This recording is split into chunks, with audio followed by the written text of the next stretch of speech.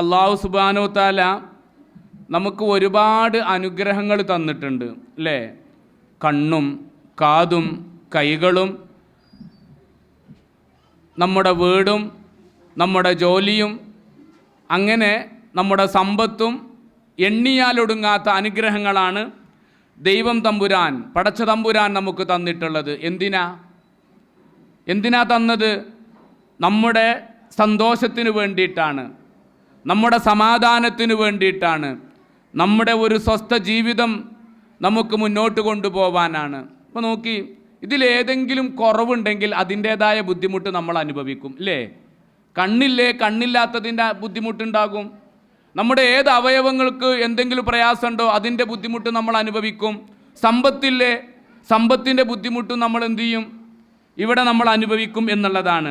അതുകൊണ്ട് ഏറ്റവും വലിയ അനുഗ്രഹം എന്നുള്ളതാണ് ഇന്ന് നമുക്ക് വിഷയമായിട്ടുള്ള സാമ്പത്തിക മേഖലയിലെ വിഭവങ്ങൾ എന്നുള്ളത്. സമ്പത്ത് തന്നു എന്നുള്ളത് അള്ളാഹു നമുക്ക് തന്ന വലിയ അനുഗ്രഹമാണ്. സമ്പത്ത് നമുക്ക് അത്യാവശ്യമാണ്. നമ്മുടെ ജീവിതത്തിൻ്റെ നിലനിൽപ്പാണത്. സമ്പത്തില്ലേ ഇവിടെ ജീവിക്കുക എന്നുള്ളത് വളരെ പ്രയാസം തന്നെയാണ് അല്ലേ? ഇന്ന് ആളുകൾക്കോ ആർക്കാ സമ്പത്തിന് താല്പര്യമില്ലാത്ത? ഇപ്പോൾ ഇവിടെ ആരെങ്കിലും ഒന്ന് പറഞ്ഞാണ് എനിക്ക് സമ്പത്തിനോട് ഒരു താല്പര്യമില്ല, ഉണ്ടോ? ഉണ്ടാവില്ല. എല്ലാവർക്കും എന്താണ്? സമ്പത്തിനോട് നല്ല താല്പര്യമാണ്. അത് വിശുദ്ധ ഖുർആൻ തന്നെ നമ്മളോട് പറയുന്നുണ്ട്. സൂറത്തുൽ ആദിയാത്തിൽ എന്താ പറയുന്നത്? വഇന്നഹു ലിഹുബ്ബിൽ ഖൈരി ലശദീദ്. അല്ലേ? ഹുബ്ബിൽ ഖൈർ എന്ന് പറയുന്നത് ഉദ്ദേശിക്കുന്നത് യഅനി അൽമാൽ അല്ലേ? സമ്പത്തിനോടുള്ള മനുഷ്യൻ്റെ ആഗ്രഹം എന്താണ്? അതികഠിനം തന്നെയാണ്. അതുകൊണ്ട് സമ്പത്തുണ്ടാക്കാൻ നമ്മുടെ ചുറ്റുവട്ടത്ത് നോക്കിയാൽ ആളുകൾ സമ്പത്തുണ്ടാക്കാൻ കഠിനാധ്വാനം ചെയ്യുന്നുണ്ട്. ഇപ്പോൾ ഞങ്ങളെ എടത്തനാട്ടിൻ്റെ ഭാഗത്തൊക്കെ രാവിലെ സുബൈയുടെ മുമ്പ് 3 മണിക്കൊക്കെ എണീറ്റ് ടാപ്പിങ്ങിന് പോണ ആളുകളുണ്ട്. 3 മണിക്ക് ഏറ്റവും ശക്തമായ ഉറക്കം കിട്ടുന്ന അല്ലേ നല്ല സമയത്ത്. എന്തിനാ? എൻ്റെ വീട്ടിലെ എൻ്റെ ഭാര്യ, എൻ്റെ മക്കൾ, എൻ്റെ നാട്ടിൽ, എൻ്റെ കുടുംബം പ്രയാസപ്പെടരുത്. അവർക്ക് നല്ല വീടുണ്ടാവണം, അവർക്ക് നല്ല വിദ്യാഭ്യാസം കിട്ടണം, അവിടെ ആരോഗ്യത്തിന്, അങ്ങനെ അതിനു വേണ്ടിയിട്ടാണ് ഈ ഗൃഹനാഥൻ 3 മണിക്ക് എണീറ്റ് പോവുക. നോക്കി, നമ്മുടെ നാട്ടിൽ അല്ലെങ്കിൽ വിദേശ രാജ്യങ്ങളിലൊക്കെ ജോലി ചെയ്യുന്ന ആളുകളൊക്കെ ഉണ്ട്. എങ്ങനെ? ആഴക്കടലിൽ മുങ്ങിയിട്ട് മണിക്കൂറുകളോളം ആഴക്കടലിൽ ഓക്സിജനൊക്കെ വെച്ചിട്ടില്ലേ അങ്ങനെ ജോലി ചെയ്യുന്ന ആളുകളുണ്ട്. രാത്രി ഉറങ്ങാതെ ഡ്രൈവിംഗ് ചെയ്യുന്ന എത്ര ആളുകളുണ്ട്. നല്ല ഉറക്ക സമയം മാറ്റിവെക്കുകയാണ് അവർ. അങ്ങനെ അവരെന്ത് ചെയ്യുന്നുണ്ട്? അവർ കഷ്ടപ്പെടുന്നു. പ്രിയപ്പെട്ടവരെ, നാം മനസ്സിലാക്കേണ്ടത് ഈ സമ്പത്ത് എങ്ങനെയും നമുക്ക് എത്രയും സമ്പാദിക്കാം, അതിന് പരിധിയില്ല എന്നുള്ളതാണ്. എത്ര വരെ സമ്പാദിക്കാൻ പറ്റുള്ളൂ അത് ഇസ്ലാം പറഞ്ഞിട്ടില്ല. നമുക്ക് എത്രയും സമ്പാദിക്കാം, പക്ഷെ ഒരൊറ്റ നിബന്ധനയുള്ളൂ. എന്താണത്? ഹലാലാവണം അല്ലേ? ഹലാലായ മാർഗത്തിലൂടെയാവണം നിങ്ങൾ സമ്പാദിക്കേണ്ടത്. നമ്മളൊക്കെ കേട്ട് പരിചയിച്ച ഒരു വാക്കില്ലേ? മാ അകല അഹദുൻ തആമൻ ഖത്തുൻ ഖൈറ മിൻ അൻ യഅകുല മിൻ അമലി യദിഹി. ഒരാൾ കഴിക്കുന്ന ഭക്ഷണത്തിൽ ഏറ്റവും നല്ല ഭക്ഷണം എന്ന് പറയുന്നത് അത് അവൻ്റെ സ്വന്തം അധ്വാനത്തിലൂടെ ലഭിക്കുന്നതാണ്. അതാണ് ഏറ്റവും നല്ല സമ്പത്ത് അല്ലെങ്കിൽ നല്ല ഭക്ഷണം എന്ന് പറയുന്നത്. അതുകൊണ്ട് തന്നെ ഇനി ഫുള്ള് നമ്മൾ എന്തിനാ ജീവിക്കണം? ആരാധനകൾ. നമ്മുടെ ജീവിതത്തിലെ നമ്മുടെ പ്രധാനപ്പെട്ട ലക്ഷ്യമാണ് ആരാധനയും അള്ളാഹുവിന് വേണ്ടിയിട്ടുള്ള കർമ്മങ്ങളൊക്കെ നിർവഹിക്കുക എന്നുള്ളത്. എന്നാൽ ആരാധന പോലും സമ്പത്ത് ഉണ്ടാക്കുന്നതിൽ, ധനസമ്പാദനത്തിന് എന്താവരുത്? തടസ്സം നിൽക്കരുത് എന്നാ. ആരാധനയുടെ ഭാഗത്തുകൂടി പോകണം. സമ്പത്ത് ആ രൂപത്തിലും ശ്രദ്ധിക്കണമെന്ന് ഇസ്ലാം നമ്മളോട് പറയുന്നു. വെള്ളിയാഴ്ച നമ്മൾ കേൾക്കുന്ന ഒരായത്തില്ലേ, ജുമുഅ കഴിഞ്ഞാൽ പിന്നെ നിങ്ങൾ പള്ളിയിൽ ഇങ്ങനെ ചടഞ്ഞുകൂടണ്ട. എന്താ പറഞ്ഞത്? ഫഇദാ ഖുദിയത്തിസ് സ്വലാത്ത് ഫൻതശിറൂ ഫിൽ അർദ്. നിങ്ങൾ നമസ്കാരം കഴിഞ്ഞ പോയി അല്ലെ ഭൂമിയിലൂടെ വിഹരിക്കിൻ. എന്നിട്ട് പറഞ്ഞത് വബ്തഗൂ മിൻ ഫദ്ലില്ലാ. എന്താ? നിങ്ങൾ അള്ളാഹുവിൻ്റെ അനുഗ്രഹം എന്ന് പറഞ്ഞാൽ നിങ്ങൾ സമ്പാദിച്ചു കൊള്ളുമെന്നാണ് അതിൻ്റെ ആശയം. നമ്മളത് മനസ്സിലാക്കുക. ഞാൻ പെട്ടെന്ന് ചുരുക്കി പറഞ്ഞു പോവുകയാണ്. അതോടൊപ്പം തന്നെ ഒരു ഇമാമ് നിൽക്കുകയാണെങ്കിൽ ആ ഇമാമ് നിൽക്കുന്ന ആളുകളോടുള്ള കൽപ്പന വരെ ഉണ്ട്. നിങ്ങളുടെ പിന്നിൽ ബലഹീനരുണ്ട്, നിങ്ങളുടെ പിന്നിൽ രോഗികളുണ്ട്, നിങ്ങളുടെ പിന്നിൽ ഒരുപാട് ആവശ്യക്കാരുണ്ട്. സൂറത്ത് മുസ്സമ്മിലിലെ അവസാനത്തെ ആയത്ത് 20-ാമത്തെ ആയത്തിൽ പറയുന്നുണ്ട്, ഫഖ്റഊ മാ തയസ്സറ മിനൽ ഖുർആൻ, നിങ്ങൾക്ക് എളുപ്പമുള്ളത് ഓതുക. എന്നിട്ട് അതിൻ്റെ കാര്യങ്ങൾ ഇങ്ങനെ പറയുന്നതിൻ്റെ കൂട്ടത്തിൽ പറയാണ്, നിങ്ങളുടെ പിന്നിൽ ആരൊക്കെ ഉണ്ട്? യബ്തഗൂന മിൻ ഫളില്ലാഹ്, ഉപജീവനം അന്വേഷിച്ച് അവര് നമസ്കാരത്തിന്റെ പ്രാധാന്യം കരുതി നിങ്ങളുടെ പിന്നിൽ ജമാഅത്തിന് വന്ന ആളുകളുണ്ട്, അവരെയൊക്കെ പരിഗണിക്കണം. കുറച്ചോദ്യ മദീന നോക്കും. നമുക്കറിയാം, പിന്നെ മുആദ് ബിൻ ജബൽ റളിയല്ലാഹു അൻഹുവിനുമായി ബന്ധപ്പെട്ട ഒരു സംഭവം. പ്രവാചകൻ സല്ലല്ലാഹു അലൈഹി വസല്ലമയുടെ അടുക്കൽ പരാതി വരുന്നുണ്ട്. ഒരു സ്ഥലത്ത് പള്ളിയിൽ അവിടുത്തെ ഇമാം മുആദ് ബിൻ ജബൽ റളിയല്ലാഹു അൻഹു ആണ്. ഒരാൾ ഒരു ജമാഅത്തിന് വരുന്നുണ്ട്, അയാളുടെ അടുക്കൽ ഒട്ടകണ്ടായിരുന്നു, വേണ്ട രൂപത്തിൽ ബന്ധിച്ചിട്ടില്ല. ഇമാം മുആദ് ബിൻ ജബൽ റളിയല്ലാഹു അൻഹു നമസ്കാരത്തിൽ ഓതിയത് സൂറത്തു ബഖറ. പക്ഷേ ഇയാൾക്ക് പ്രയാസായി. അദ്ദേഹം ആ നമസ്കാരം അതിൽ നിന്ന് മാറി, അദ്ദേഹം ഒറ്റക്ക് നിസ്കരിച്ചു, അങ്ങനെ അദ്ദേഹം ഇറങ്ങിപ്പോയി. അങ്ങനെ വലിയ പ്രശ്നങ്ങളായി. ആളുകൾ അദ്ദേഹത്തെ പറ്റി കുറ്റം പറയാൻ തുടങ്ങി. ഇയാൾ ഒരു മുനാഫിക്കാണ്. ഇത് ഇദ്ദേഹത്തിന് വലിയ പ്രയാസം ഉണ്ടാക്കി. നബിനോട് പരാതി പറഞ്ഞു. ഈ പരാതി കേട്ട് മുആദ് റളിയല്ലാഹു അൻഹുവിനെ റസൂൽ വിളിക്കുന്നുണ്ട്. എന്നിട്ട് റസൂൽ സല്ലല്ലാഹു അലൈഹി വസല്ലം മുആദിനോട് ചോദിച്ചത്, അഫത്താനൻ യാ മുആദ്, മുആദേ ഇജ്ജ് നാട്ടിൽ കുഴപ്പമുണ്ടാക്കാണെന്നാ. ആ കുഴപ്പമുണ്ടാക്കാണോ അന്ന് ആലോചിച്ച് നോക്കാണി. അപ്പം അതല്ല, എന്നിട്ട് കാര്യങ്ങൾ പറഞ്ഞു കൊടുക്കുന്നുണ്ട്. നിന്റെ പിന്നിൽ ഒരുപാട് ആളുകളുണ്ട്, ആ പല ആവശ്യക്കാരുണ്ട്, അവിടെയൊക്കെ കാര്യങ്ങൾ ശ്രദ്ധിക്കണമെന്നുള്ളതാണ്. ഞാൻ പറഞ്ഞു വരുന്നത്, സമ്പത്ത് അത് സമ്പാദിക്കാം, അത് പരിധി ഇല്ലാതെ സമ്പാദിക്കാം. ഒറ്റ നിബന്ധന, ഹലാലാവണം. അതുകൊണ്ട് പ്രിയപ്പെട്ടവരെ, എനിക്കും നിങ്ങൾക്കും ധാരാളം സമ്പത്തുണ്ട്. ആ സമ്പത്ത് എങ്ങനെ ഉപയോഗിക്കണു എന്നുള്ളതും വലിയ ഗൗരവമാണ്. അതുകൊണ്ട് തന്നെ നമുക്ക് തന്ന ഓരോ അനുഗ്രഹവും അള്ളാഹു ചോദ്യം ചെയ്യും. അതാണ് ഞാൻ നിങ്ങളുടെ മുമ്പിൽ ഓതി കേൾപ്പിച്ച ആയത്ത്, സുമ്മ ലതുസ്അലുന്ന യൗമഇദിൻ അനിൻ നഈം. നമ്മുടെ അനുഗ്രഹത്തെക്കുറിച്ച് കൃത്യമായി അള്ളാഹു നാളെ ചോദ്യം ചെയ്യും എന്നുള്ളതാണ്. അതുകൊണ്ട് ശക്തമായ വിചാരണ നേരിടുന്ന ഒരു മേഖലയാണ് എന്ത്? സാമ്പത്തിക മേഖല എന്നുള്ളത്. റസൂൽ സല്ലല്ലാഹു അലൈഹി വസല്ലം പറയാണ്, ഇന്ന ലികുല്ലി ഉമ്മത്തിൻ ഫിത്ന, എല്ലാ സമുദായത്തിനും ഓരോ പരീക്ഷണമുണ്ട്. വഫിത്നതു ഉമ്മതി അൽ മാൽ, എൻ്റെ സമുദായത്തിൻ്റെ പരീക്ഷണം എന്ന് പറയുന്നത് അത് സമ്പത്താണ്. അത് റസൂൽ സല്ലല്ലാഹു അലൈഹി വസല്ലം നമ്മെ പഠിപ്പിക്കുകയാണ്. അതുകൊണ്ട് നാളെ പരലോകത്തെത്തിയാൽ ലാ തസൂലു ഖദമ അബ്ദിൻ യൗമൽ ഖിയാമത്തി ഹത്താ യുസ്അല അൻ അർബഅ, 4 കാര്യങ്ങൾ ചോദിക്കാതെ നമ്മുടെ കാൽപ്പാടുകൾ മുന്നോട്ട് വെക്കാൻ കഴിയില്ല. അതിലുള്ള ആ 4 ഒരു പ്രധാനപ്പെട്ട ചോദ്യം എന്താണെന്നോ, വഅൻ മാലി, സമ്പത്തിനെ കുറിച്ച്, മിൻ ഐന ഇക്തസബ വഫീമ അൻഫഖ, എവിടുന്ന് 1 രൂപ സമ്പാദിച്ചു, 1 രൂപ എങ്ങനെ ചെലവഴിച്ചു എന്നുള്ളതാണ്. അതുകൊണ്ട് കൃത്യമായ ബോധമുണ്ടാവണം എന്നുള്ളതാണ്. ഖുർആൻ വളരെ ശക്തമായി ഈ സമ്പത്തിന്റെ കാര്യത്തിൽ ശ്രദ്ധിക്കണം, സൂക്ഷ്മത പുലർത്തണം എന്ന് പറയുന്നുണ്ട്. വഅലമു അന്നമാ അംവാലുകും വഔലാദുകും ഫിത്ന. വിശുദ്ധ ഖുർആൻ അൻഫാൽ 28-ാമത്തെ ആയത്തിൽ പറയാ, നിങ്ങൾ അറിയണം, തീർച്ചയായും നിങ്ങളുടെ സമ്പത്തും നിങ്ങളുടെ സന്താനങ്ങളും ഒരു പരീക്ഷണമാണ്. ശ്രദ്ധിക്കാൻ വേണ്ടി പറയാ. അതേപോലെ തന്നെ വെള്ളിയാഴ്ചകളൊക്കെ നമ്മൾ കേൾക്കുന്ന സൂറത്ത് മുനാഫിഖീന്റെ അവസാനത്തെ ആയത്തുകളിൽ പറയുന്നില്ലേ, യാ അയ്യുഹല്ലദീന ആമനു ലാ തുൽഹിക്കും അംവാലുക്കും വലാ ഔലാദുക്കും അൻ ദിക്രില്ലാ. അല്ലാഹുവിനെ കുറിച്ചുള്ള ഓർമ്മിക്കുന്ന വിഷയത്തിൽ നിങ്ങളുടെ സമ്പത്തോ നിങ്ങളുടെ സന്താനങ്ങളോ നിങ്ങളെ അശ്രദ്ധരാക്കരുത് എന്ന് വിശുദ്ധ ഖുർആൻ നമ്മളെ പഠിപ്പിക്കുന്നുണ്ട്. അതുകൊണ്ട് തന്നെ തികഞ്ഞ സൂക്ഷ്മത ഉണ്ടാവണം എന്നുള്ളതാണ്. നോക്കി, ഒരിക്കൽ പ്രവാചകൻ സല്ലല്ലാഹു അലൈഹി വസല്ലമ അസ്വസ്ഥനായിരിക്കുക. പ്രവാചകൻ സല്ലല്ലാഹു അലൈഹി വസല്ലമയോട് സഹാബത്ത് ചോദിക്കുന്നുണ്ട്, എന്താ റസൂലേ ഇങ്ങനെ അസ്വസ്ഥനായിട്ടിരിക്കുന്നത്? അപ്പോൾ റസൂലുള്ളാഹി സല്ലല്ലാഹു അലൈഹി വസല്ലം ഇങ്ങനെ കാര്യങ്ങൾ പറഞ്ഞു കൊടുക്കുന്നുണ്ട്. പ്രവാചകനെ അസ്വസ്ഥനാക്കിയത്, പ്രവാചകൻ സല്ലല്ലാഹു അലൈഹി വസല്ലമ അവിടുന്ന് എന്തോ കഴിച്ചിട്ടുണ്ട്. ഒരു ഈത്തപ്പഴമാണ് കഴിച്ചിട്ടുള്ളത്. അപ്പോൾ ആ ഈത്തപ്പഴം കഴിച്ചത് പ്രവാചകൻ സല്ലല്ലാഹു അലൈഹി വസല്ലമ പിന്നീട് ആലോചിച്ചിരിക്കുക, ഈ ഈത്തപ്പഴം ബൈത്തുൽ മാലിൽ നിന്നുള്ളതാണോ, അതല്ല സക്കാത്തിൻ്റെതാണോ, അതല്ല വേറേതാണ്, ഞാൻ എങ്ങനെ കഴിച്ചു?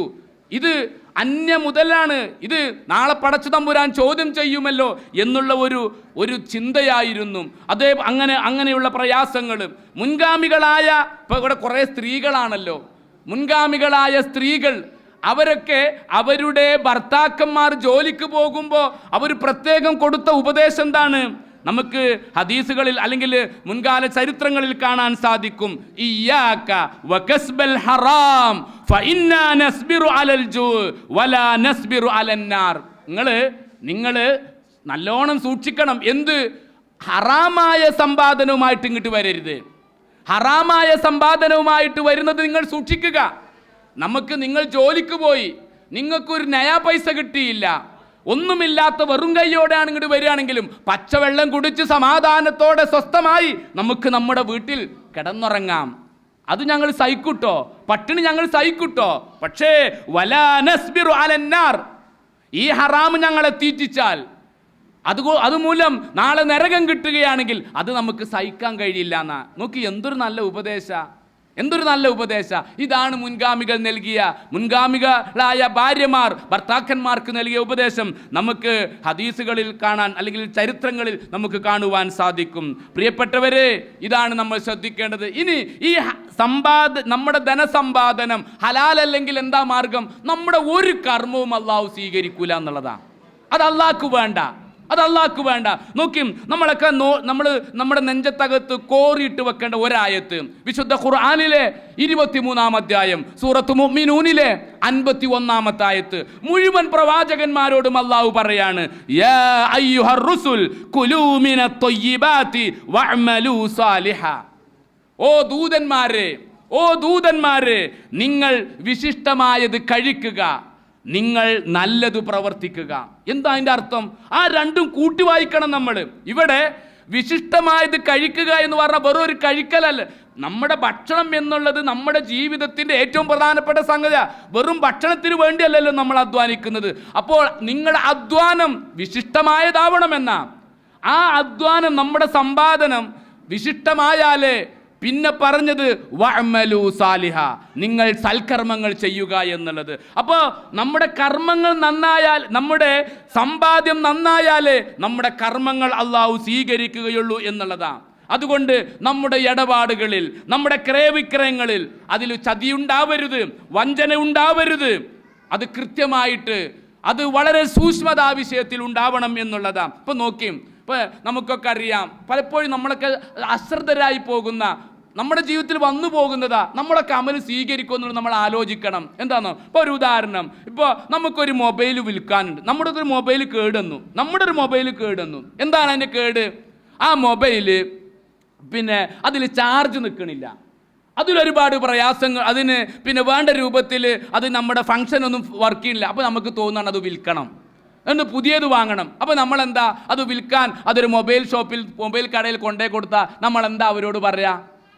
നല്ല മൊബൈലാണ്, ഇല്ലൊരു കുഴപ്പമില്ല, അതിൻ്റെ പ്രശ്നങ്ങൾ നമ്മൾ അതിൻ്റെ ഒരു ഇതില്ല, നല്ലതായിട്ട് പറയും. അപ്പോൾ മാർക്കറ്റിൽ 5000 രൂപ നമുക്കതിന് വില തന്നാൽ, പ്രിയപ്പെട്ടവരെ, നമ്മൾ അതിൻ്റെ ഗുണങ്ങൾ, അതിൻ്റെ ഇന്നെ കുഴപ്പമുണ്ട്, ഇതിന് ബാറ്റ് അല്ലെങ്കിൽ ഇതിനൊരു മണിക്കൂറൊക്കെ കിട്ടുകയുള്ളൂ, അതിൽ ഇന്നെ ഫംഗ്ഷൻ, അതിൽ പ്രയാസമുണ്ട് എന്ന് പറഞ്ഞാൽ 5000 കിട്ടുന്നത് 2500 ആകും. പക്ഷേ ഈ 2500 വേണ്ടി നമ്മൾ എന്തൊക്കെ ന്യൂനതകളാണ് പറയുന്നത്, ശ്രദ്ധിക്കേണ്ടതുണ്ടെന്നാ. അതേപോലെ തന്നെ ഇപ്പോൾ നമ്മുടെ വീട്ടിൽ ഒരു വർഷമായി നമ്മൾ ഉപയോഗിക്കുന്ന ഒരു പശു ഉണ്ട്. ആ പശു വേണ്ടത്ര ഒരു വർഷം കഴിഞ്ഞപ്പോൾ നല്ല പാലിങ്ങനെ കുറഞ്ഞിട്ടുണ്ട്. അപ്പോൾ അതിനെ വിൽക്കണം, പുതിയത് കിട്ടണം. അപ്പോൾ നമ്മൾ എന്ത് ചെയ്യും? അതിന് വിൽക്കാൻ വേണ്ടി എന്താ ചെയ്യുക? ആ പശുവിനെ 2 ദിവസം കറക്കാതെ അവിടെ നിർത്തും.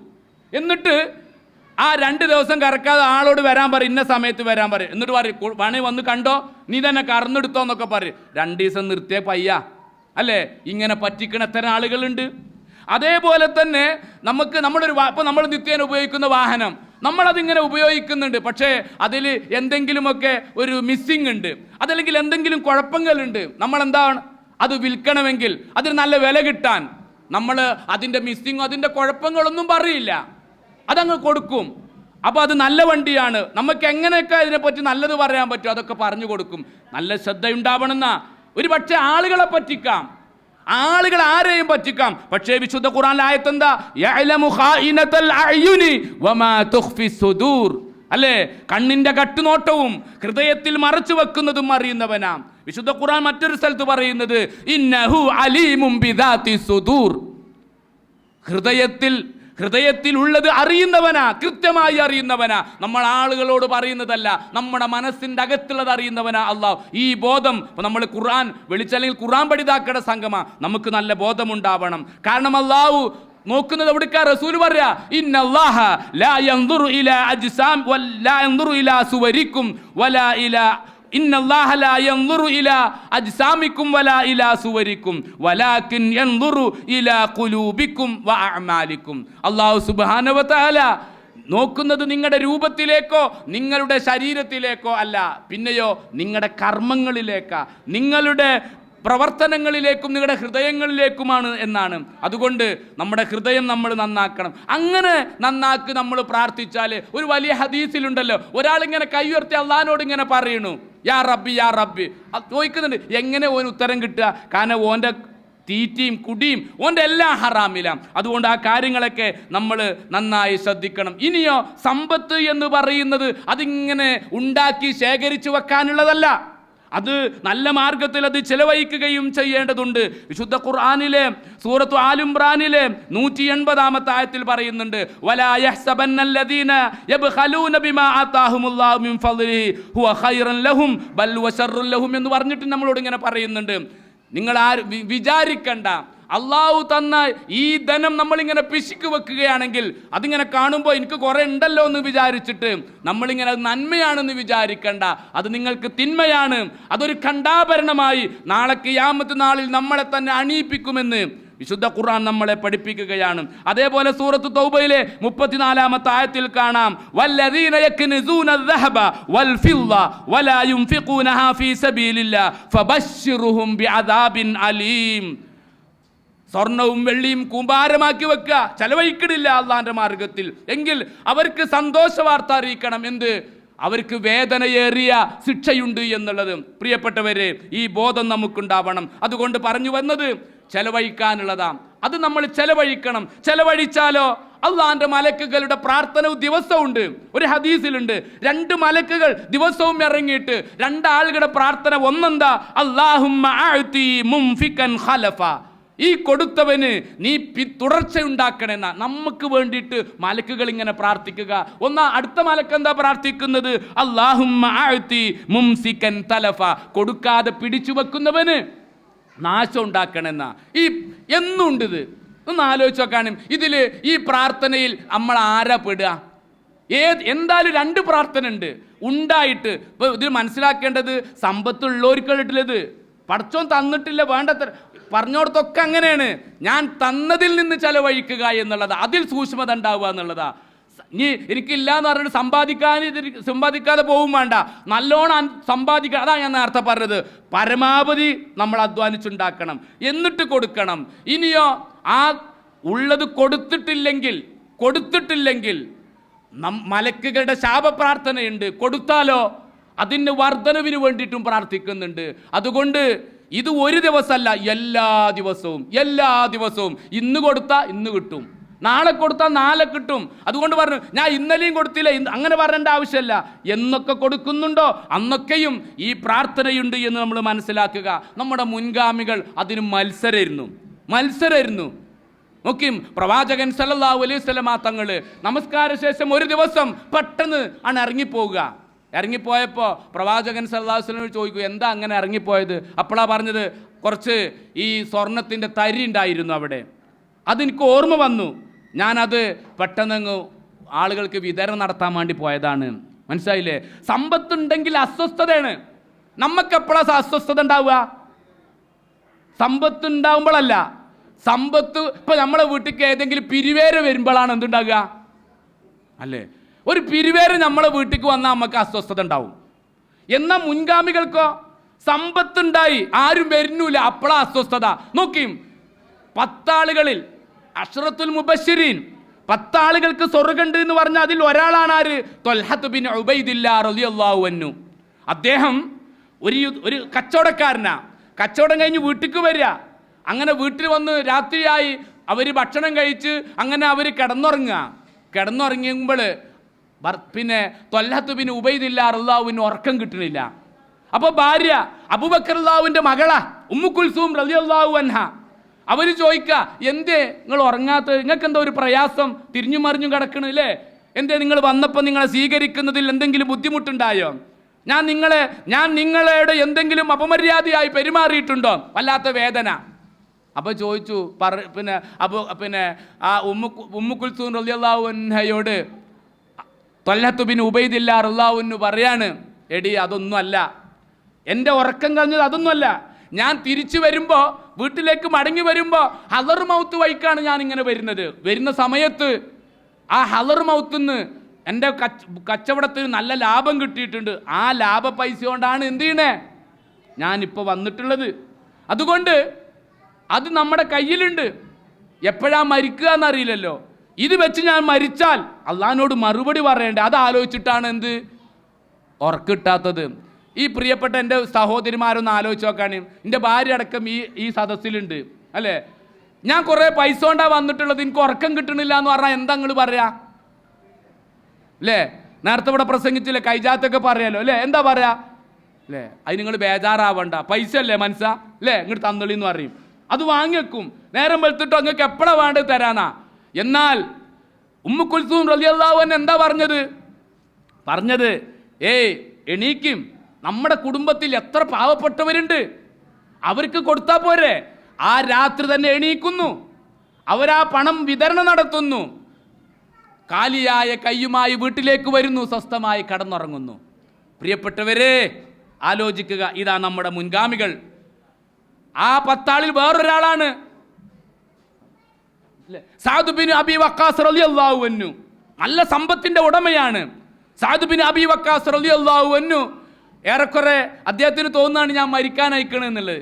അദ്ദേഹം പ്രവാചകൻ സന്ദർശിക്കാൻ വന്നപ്പോൾ പറഞ്ഞു, റസൂലേ, എനിക്ക് നല്ല സമ്പത്തുണ്ട്, ആകെ ഒരൊറ്റ മോളും ഉള്ളൂ. അതുകൊണ്ട് എൻ്റെ സമ്പത്തിൻ്റെ 2/3 ഞാൻ അള്ളാഹിൻ്റെ മാർഗത്തേക്ക് തരട്ടെ. ഒന്നെ ഓൾക്ക് ഇഷ്ടം പോലെ ഉണ്ട്, വേണ്ട. എന്നാൽ പകുതി തരട്ടെ, വേണ്ട. എന്നാൽ 1/3 അതിന് എമ്പാടുമാണ് അല്ലേ? അതാണ് അത് നിങ്ങളെ കുടുംബത്തിന് മാറ്റിവെക്കണം എന്നാണ് പറഞ്ഞത്. പിന്നീട് ചരിത്രം പറയുന്നത് അദ്ദേഹത്തിന് പിന്നെയും ആ രോഗത്തിന് പൂർണ്ണ ശിഫ കിട്ടി. പിന്നെയും അദ്ദേഹത്തിന് മക്കളുണ്ടായി എന്ന ചരിത്രം പറയുന്നു. അവരെന്താണോ മത്സരിക്കുക, സമ്പത്ത് അള്ളാഹിൻ്റെ മാർഗത്തിൽ ചെലവഴിക്കാൻ മത്സരിക്കുകയാണ്. പ്രിയപ്പെട്ടവരെ, ആ രൂപത്തിൽ ഈ സാമ്പത്തിക വിഷയത്തിൽ നല്ല മത്സരം ഉണ്ടാവണം. അതേപോലെ തന്നെ സമ്പത്ത് നമ്മൾ സ്വീകരിക്കുന്നതിലും സമ്പത്ത് ഇങ്ങനെ കൈകാര്യം ചെയ്യുന്ന വിഷയത്തിലും നല്ല സൂക്ഷ്മത ഉണ്ടാവണം. നമ്മുടെ മുൻഗാമികൾക്ക് അങ്ങനെ ഉണ്ടായിരുന്നു അതാണ് ഞാൻ നേരത്തെ പറഞ്ഞത്. ഒരു ഈത്തപ്പഴ പിന്നെ കഴിക്കുമ്പോൾ വരെ അവർക്ക് ബേജാറുണ്ടായിരുന്നു. അബൂ ദുജാന റളിയല്ലാഹുവിന്റെ ചരിത്രം നമുക്കറിയാം. സുബൈ നമസ്കാരം കഴിഞ്ഞ് പെട്ടെന്ന് എണീറ്റ് പോകുക. കാരണം അന്വേഷിച്ചപ്പോഴാണ് പറഞ്ഞത്, ഒരു ജൂതന്റെ ഈത്തപ്പന മരത്തിൽ നിന്ന് നല്ല പഴുത്ത ഈത്തപ്പഴം എൻ്റെ വീട്ടുമുറ്റത്തേക്ക് വീഴുന്നുണ്ട്. ഞാൻ ചെല്ലുന്നതിൻ്റെ മുമ്പ് എൻ്റെ മക്കൾ എണീറ്റ് ആ ഈത്തപ്പഴം കഴിച്ചാൽ റബ്ബിൻ്റെ മുമ്പിൽ ഞാൻ മറുപടി പറയേണ്ടി വരും. ആലോചിച്ച് നോക്കാണ്, അവർക്ക് അത്രമാത്രം സൂക്ഷ്മതയുണ്ട്. അതേപോലെ തന്നെ സമ്പത്തിൻ്റെ മറ്റൊരു വിഷയമാണ് കടം എന്ന് പറയുന്നത്. ഇവിടെ കാര്യങ്ങളൊക്കെ ചിലതൊക്കെ പറഞ്ഞിട്ടുണ്ടാകും.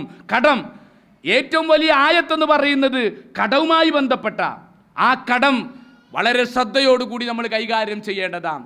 ആ കടം നമ്മൾ ഒരാൾക്ക് വാങ്ങുമ്പോഴും കൊടുക്കും, അതിന് എഴുത്തുകാരുണ്ടാവും, സാക്ഷികൾ ഉണ്ടാവണം എന്നുള്ളതാ. നോക്കിയും ഇന്നൊക്കെ അങ്ങനെ ആരെങ്കിലുമൊക്കെ ഒരു കടം വാങ്ങി ഒരു സാക്ഷിയായിട്ട് എഴുതാൻ വാങ്ങി നമ്മൾ അയാളാണ് അളക്കും. ഇന്നെ തീരെ വിശ്വാസമില്ലാത്ത ആളാണ് അല്ലേ, അയാളെപ്പറ്റി നമ്മളാണ് അങ്ങനെ അളക്കുക. വളരെ ഗൗരവത്തോടു കൂടി കടബാധിതനായി മരിക്കുന്ന ആളുകൾക്ക് മഹാനായ പ്രവാചകൻ സല്ലല്ലാഹു അലൈഹി വസല്ലമ മയ്യത്ത് നമസ്കരിക്കാൻ പോലും വിസമ്മതിച്ചതായിട്ട് നമുക്ക് ഹദീസുകളിൽ നമുക്ക് കാണുവാൻ സാധിക്കുന്നു. ഇങ്ങനെ നമ്മുടെ സമ്പത്തിനെ കുറിച്ച് കൃത്യമായ ധാരണ നമുക്കുണ്ടാവണം. അങ്ങനെ സമ്പത്ത് വിനിയോഗിക്കുന്ന വിഷയത്തിൽ, അതേപോലെ സമ്പത്ത് സമ്പാദിക്കുന്ന വിഷയത്തിലൊക്കെ കൃത്യമായ സൂക്ഷ്മത ഉണ്ടാവണം. നേരം ഒരുപാട് വൈകിയിട്ടുണ്ട്, അതുകൊണ്ട് ഞാൻ കൂടുതൽ ദീർഘിപ്പിക്കുന്നില്ല. നാളെ റബ്ബിൻ്റെ പ്രധാനപ്പെട്ട ചോദ്യമാണ് നമ്മുടെ സമ്പത്ത് എന്നുള്ളത്. ആ സമ്പത്ത് ആ രൂപത്തിൽ നമ്മൾ കൈകാര്യം ചെയ്തുകൊണ്ട് നമുക്ക് മുന്നോട്ട് പോകാൻ സാധിക്കണം. ഏതായാലും ഇത്രയും നേരം വളരെ ശ്രദ്ധയോടുകൂടി എൻ്റെ വാക്കുകൾ ശ്രദ്ധിച്ച നിങ്ങൾക്ക് നന്ദി പറയുന്നു. അല്ലാഹു സുബ്ഹാനഹു വ തആല നമ്മെ എല്ലാവരെയും അവൻ്റെ ജന്നാത്തുൽ ഫിർദൗസിൽ ഉൾപ്പെടുത്തി അനുഗ്രഹിക്കുമാറാവട്ടെ. നമ്മിൽ നിന്നും മരണപ്പെട്ടു പോയിട്ടുള്ള നമ്മുടെ മാതാപിതാക്കൾ, നമ്മുടെ കുടുംബാംഗങ്ങൾ, നമ്മുടെ വേണ്ടപ്പെട്ട ആളുകൾ, അള്ളാഹു അവർക്കൊക്കെ മഗ്ഫിറത്തും മർഹമത്തും പ്രദാനം നൽകുമാറാവട്ടെ. കൂട്ടത്തിൽ പറയാണ്, ഒരാഴ്ച മുമ്പാണ് എൻ്റെ മാതാവ്, ഒരു 7 മാസം മുമ്പ് പിതാവ് മരണപ്പെട്ടിട്ടുണ്ട്.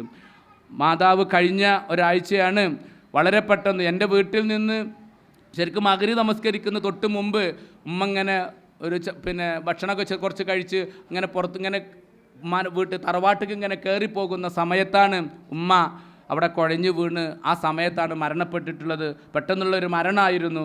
അതുകൊണ്ട് നിങ്ങളുടെയൊക്കെ പ്രാർത്ഥന ഞങ്ങളുടെ ഉമ്മാക്കുണ്ടാവണം എന്നുകൂടി നിങ്ങളോട് ആവശ്യപ്പെടുകയാണ്. അവരുടെ ഖബറിടം അള്ളാഹു സ്വർഗ്ഗത്തോപ്പാക്കി മാറ്റിക്കൊടുക്കുമാറാവട്ടെ. അതേപോലെ രോഗികളായ കുറേ ആളുകളുണ്ട്, അവർക്ക് അള്ളാഹു ദീർഘായുസ്സും ആരോഗ്യം ആഫിയത്തും നൽകുമാറാവട്ടെ. ഇത്തരം പ്രവർത്തനത്തിൻ്റെ പിന്നിൽ ഒരുപാട് ആളുകളുടെ അധ്വാനമുണ്ട്. എല്ലാവർക്കും അതിൻ്റേതായ പ്രതിഫലം അള്ളാഹു നൽകി അനുഗ്രഹിക്കുമാറാവട്ടെ. റബ്ബന ആതിനാ ഫിദ്ദുനിയ ഹസന വഫിൽ ആഖിറതി ഹസനതൻ വഖിനാ അദാബന്നാർ വആഖിറു ദഅവാന അൽഹംദുലില്ലാഹി റബ്ബിൽ ആലമീൻ. അസ്സലാമു അലൈക്കും വറഹ്മത്തുള്ളാഹി വബറകാതുഹു.